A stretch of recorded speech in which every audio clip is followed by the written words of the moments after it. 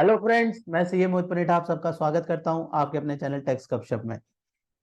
हम professional services दे रहे हैं, उसके रिगार्डिंग फीस का क्या वे होना चाहिए। होता क्या है कि हम काफी बार देखा गया कि प्रोफेशनल भी अपनी फीस को लेकर चिंतित हो रहा है। उसने सर्विस दी, कोई गुड्स तो नहीं बेचे, उसने सर्विस दी है और सर्विस के बाद भी उसको पेमेंट उसकी नहीं मिल रही। तो क्या ऐसा मैकेनिज्म हो कि इस तरीके से प्रॉब्लम ना आ सके? क्या कभी आपने सुना है कि किसी डॉक्टर, कोई डॉक्टर इसके रिगार्डिंग परेशान है, वो तो उसको तो अमाउंट उसी टाइम मिल जा रहा है, या फिर उसको तो एडवांस में पहले जो है स्लिप कटेगी, फिर जाके अपॉइंटमेंट मिलेगी और फिर जाके जो है उसकी दवाइयां लिखी, प्रिस्क्रिप्शन लिखी जाएगी। ठीक है ना? तो हमारे उसमें क्यों नहीं होता ऐसा? कभी इस बात को डीपली सोचा गया है? तो आज इस मुद्दे में हम बात करेंगे कि किस तरीके से हम ऐसा काम करें कि इस तरीके की प्रॉब्लम हमारे साथ ना हो। बहुत अहम मुद्दा है ये। अब मैं अगर इसको बात करूं, अभी जैसे मान लो हमारा जुलाई मंथ गया है, जुलाई 2023, इनकम टैक्स रिटर्न के रिगार्डिंग जो है लोगों ने कंप्लायंस किया। अब लोग कहेंगे यार अब इनकम टैक्स का फाइलिंग हो गई, अब उसकी फीस नहीं आ रही। अरे यार, इनकम टैक्स रिटर्न फाइल हुई, उसके लिए भी तो मैकेनिज्म होना चाहिए ना, उसके लिए फीस क्यों नहीं आ रही? हमने क्या किया, मैं आपको मतलब अपना अपना ना हम एक्सपीरियंस शेयर कर रहे हैं एक तरीके से। ठीक है ना? आपसे भी रिक्वेस्ट है, प्लीज आप भी अपना शेयर की, आप अपना आपका क्या वे आउट है आप भी कमेंट बॉक्स पे जरूर डालिए। क्योंकि क्या होता है ना, हम लोग आपस में प्रोफेशनल जी जब तक ये मुद्दे शेयर नहीं करेंगे, कैसे बात बनेगी यार?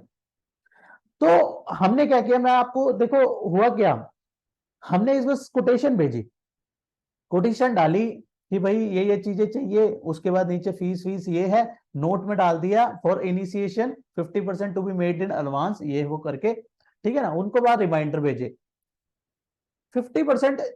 कई देखो, कई नए जो क्लाइंट है, जो आपका आपके पास रेगुलर बेसिस पे है, ठीक है ना, तो आपको उनका नेचर पता है।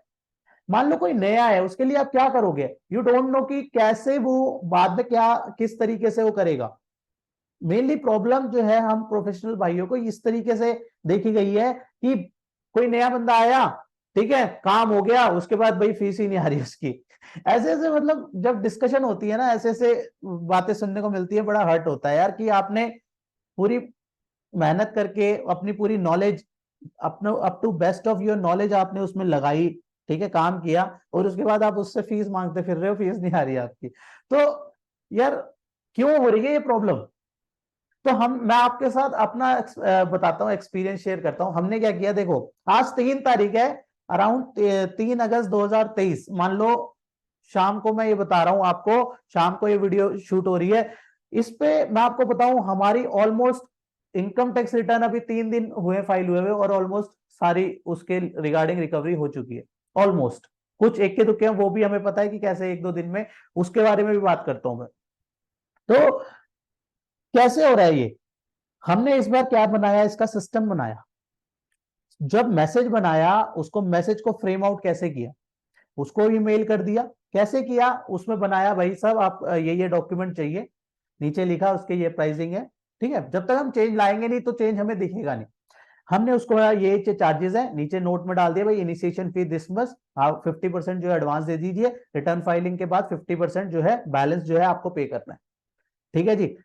रिवर्ट जिसका उसको 1-2 बार रिमाइंडर भेज दिए, ठीक है ना। फिर जो टाइम पीरियड पास आया तो उसको एक बार कॉल पे भी इंटीमेट कर दिया भाई आपके या तो डॉक्यूमेंट नहीं आए, या आपके इनिशिएशन फी नहीं आई, ठीक है ना। तो उस केस में क्या होता है कि आपको आधी अमाउंट तो आपको पहले ही मिल गई, ठीक है ना। देखो क्लाइंट के पॉइंट ऑफ व्यू से सोचोगे ना, क्लाइंट उस वे में फिर वही दिक्कत आएगी जो हम बात कर रहे हैं। ठीक है ना, आप अपना मैकेनिज्म हमें बनाना पड़ेगा यार। अपना मैकेनिज्म हम नहीं बनाएंगे, देखो उससे क्या होगा ना, हो सकता है आपके पास कोई कोई लोग कहे यार इसका ज्यादा वो हो रहा है भाई, नहीं कराना, ठीक है ना, एडवांस मांग रहा है। भाई ठीक है, जो ये लोग उसी, ये बात उसी तरीके के लोग सोचते हैं जिनको बाद में आनाकानी करनी होती है। जिसने जिसको पहले ही जिसके मन में है कि मुझे आज नहीं तो कल पहले भी देने हैं बाद में भी देने हैं, तो वो नहीं करते भाई, तो वो नहीं करते, वो दे देते हैं। तो हमने इस तरीके से किया, तो उस तरीके से इनिशिएशन फी आई। ठीक है ना। अब रिटर्न फाइलिंग हो गई 31 तारीख को, 31 तारीख तक रिटर्न फाइलिंग हो गई, ठीक है ना। अब रिटर्न फाइलिंग आपने करी, दो अलग अलग उसमें वे दिए गए हैं ना, एक आप ई वेरीफाई भी करनी होती है, वो 30 दिन के अंदर, 30 दिन का टाइम मिलता है आपको ई वेरीफाई करना है, ठीक है ना। हमने उसमें लिखा कि भैया आपको 50% जो है इनिशिएशन फी देनी है और 50% balance after filing of return. हमने जितनी रिटर्न फाइल करी हमने ई वेरीफाई लेटर से करी, रिटर्न सबमिट हो गई भाई, 31 तारीख तक आपकी रिटर्न सबमिट हो गई, 30 दिन का टाइम है आपके पास, 30 दिन तक आपको ई वेरीफाई करनी है। अब आजकल ई वेरीफाई अगर नहीं हो रहा उसके भी मैसेज आ रहे हैं कि आपकी वेरिफिकेशन पेंडिंग है, आपकी वेरिफिकेशन पेंडिंग है, आपकी वेरिफिकेशन पेंडिंग है। क्लाइंट को दिमाग खराब हो जाएगा, यार वेरिफिकेशन और रिटर्न मेरी सबमिट हुई भी है कि नहीं हुई है। कई केसेस में वो भी ये पूछ देता है भाई रिटर्न हुई भी है मेरी, पता लगे 31 तारीख निकल गई, 1 तारीख को पूछ रहा है भाई रिटर्न फाइलिंग हुई भी है या रह गई, तो भाई रिटर्न फाइलिंग हो गई आपकी, ठीक है ना। अब हमने जब आपको मेल भेजी थी उसमें 50% आपको एडवांस लिखा था, 50% लिखा था आफ्टर फाइलिंग ऑफ रिटर्न, तो रिटर्न फाइलिंग हो चुकी है, रिटर्न फाइलिंग की फीस दीजिए। जब वो रिटर्न फाइलिंग की फीस देगा, ई वेरीफाई करने में कितनी देर लग रही है, ई फाइलिंग कर दीजिए, ई वेरीफाई कर दीजिए उसकी, ई वेरीफाई करा आपका, आपकी पेमेंट भी पूरी आ गई, आपका काम भी पूरा हो गया, ठीक है ना। तो इस तरीके से देखो वे आउट चेंज करने की जरूरत पड़ेगी। हमने साथ साथ अभी ई वेरीफाई फीस आती जा रही है, हम ई वेरीफाई करते जा रहे हैं, कोई दिक्कत वाली बात ही नहीं, ठीक है ना। एक दो में कह रहे हैं आफ्टर वेरिफिकेशन, मैंने कहा देखो आपको मेल पे लिखा हुआ है हमने, इट आईटीआर फाइलिंग होगी उसके बाद आपको बैलेंस फी देनी है, और जैसी बैलेंस फी आएगी हम रिटर्न फाइलिंग के बाद पे करनी है, हम ई वेरीफाई कर देंगे, ई वेरीफाई करने में क्या दिक्कत लग रही। तो ये सेफ गार्ड मेजर्स भी हमें अपनाने हैं भाई, सेफ गार्ड हम चलेंगे तभी होगा। काफी केसेस में हमने देखा है कि काफी प्रोफेशनल उसको कर देते हैं, भाई टेक केयर भी तो करो ना आप फिर बाद में उसको फोन करते फिर रहे हो, मैसेज करते फिर रहे हो, बार बार मैसेज व्हाट्सएप पे व्हाट्सएप डाले जा रहे हो, भैया पेमेंट कर दो पेमेंट कर दो पेमेंट कर रहे हो, वो डबल टिक भी आ रहा है, ब्लू टिक भी आ रहा है, दिख भी रहा है आपको वो सीन है, वो रिप्लाई नहीं कर रहा। ठीक है ना। तो यार इन सब चीजों के लिए देखो हमें भी खुद सोचना पड़ेगा, ठीक है ना। तो मैं बता रहा हूं इससे बहुत बेनिफिट रहा अपने को। तो हमने एक सिस्टम बना के उसको सिस्टम में डाला, मेल पे मेल भेज दी, व्हाट्सएप कॉपी पेस्ट करके व्हाट्सएप कर दिया, ठीक है ना। उसको बार बार इनिशिएट, थोड़ा बहुत देखो, कई कईयों ने नहीं कराई, कोई दिक्कत नहीं है, कोई दिक्कत नहीं, सेफ तो चले आप, टेंशन तो नहीं है। आज आज 3 तारीख को मस्त फ्री होके बैठ सकते हो ना आप। तो यार बात यही है कि इन चक्करों में कुछ नहीं है ज्यादा टेंशन लेने की, ठीक है ना। डॉक्टर भी अपना काम कर रहे हैं, वो भी उनको उनको इन चीजों में नहीं होती, क्यों नहीं होती, वहां पे ना क्लाइंट का माइंडसेट होता है भाई मुझे ठीक होना है, ठीक होना है, तो वो पहले काउंटर में पेमेंट भी दे देगा, जाके फटाफट प्रिस्क्रिप्शन भी लेके आएगा, हो सकता है उसको दवाई को सूट ना करे, फिर डॉक्टर चेंज भी कर लेगा चुपचाप, ठीक है ना। लेकिन इन प्रोफेशन में क्यों नहीं हो रहा है ऐसा, सोचने वाली बात है, हमें सोचना चाहिए, अपने तरीकों को मॉडिफाई करना चाहिए, अपनी आदतों को मॉडिफाई करना चाहिए।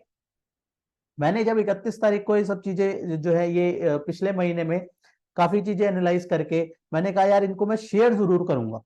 ये जो भी एक्सपीरियंस है ना, मैं ये नहीं कहता कि जो मेरा एक्सपीरियंस रहा वो पूरा बहुत बढ़िया, वो एकदम बहुत लाजवाब ये वो, आप भी अपना एक्सपीरियंस बताइए हमें, अगर आपका होगा हो सकता है मुझे बहुत चीजें पता लगेंगी उससे, आप करेंगे, आप कमेंट बॉक्स में डालेंगे, आप हो सकता है जो व्यूअर्स हैं उनको उनको पता लगेंगी बहुत सारी नई चीजें, तो यार नॉलेज शेयरिंग होगी आपस में यार, तभी मजा आएगा इस चीज का, ताकि हम सब प्रोफेशनल का ना एक माइंडसेट क्रिएट होगा। तभी क्या होता है ना, क्लाइंट की जो मेंटालिटी है तभी जाके चेंज होगी जब ऑल ओवर उसको इंपैक्ट वैसा ही दिखेगा। आज क्लाइंट के माइंड में है कि हम डॉक्टर के यहाँ जाएंगे ना तो फीस पहले लेगा, इसलिए उसको दर्द नहीं होती, उसको पता है यार मुझे जेब से देने हैं, पहले ही देने हैं, तो वो देता है। यहां पे क्या हो रहा है, यहां पे उसकी साइकोलॉजी ऐसी बनी ही नहीं है, उसकी साइकोलॉजी ऐसी क्रिएट ही नहीं हो रही, इसलिए प्रॉब्लम आती है। अगर हम सब मिलकर ऐसा करने लगेंगे ना कहीं ये चीज चेंज हो सकती है।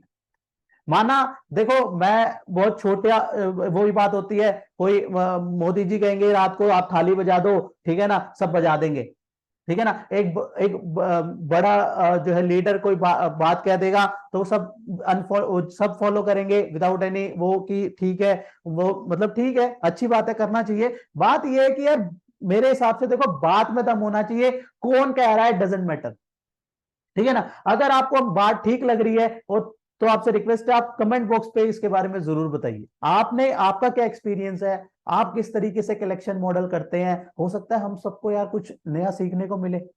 हम सब जो पढ़ेंगे आपके कमेंट, और इस तरीके के वीडियोस की मैं स्पेशली सारे कमेंट पढ़ता हूं। कुछ जो देखो जीएसटी, इनकम टैक्स, ये लोग हम सब डिस्कस करते रहते हैं, लेकिन बात ये है कि यार इन मुद्दों में भी तो बात होनी चाहिए ना, कि यार कर रहे हैं लेकिन फिर भी परेशान हो रहे हैं। भाई ये क्या लॉजिक है?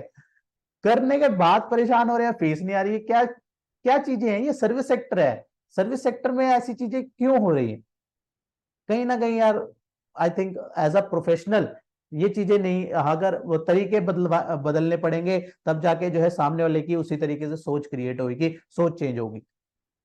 ठीक है ना? तो मैंने आपको आईटीआर के रिगार्डिंग जो हमने पैटर्न इस बार रखा, ठीक है ना, तो जिसमें हमने पूरा उसको फॉर्मेट बना के दिया कि भैया ये डॉक्यूमेंट आपके चाहिए, उसके नीचे लिख दिया, उसके नीचे फीस वगैरह के रिगार्डिंग ये फीस है, उसके नीचे नोट में लिख दिया कि इस इंटरवल में आपको फीस ली जाएगी, और उस तरीके से फॉलो होने लगा। जिसने नहीं लेना ठीक है ना यार, जिसने नहीं लेना बढ़िया है ना यार, छोड़ो ना, क्यों टेंशन। जो कहता है भाई ये इसको एडवांस चाहिए है, तो वो कौन बोल रहा है?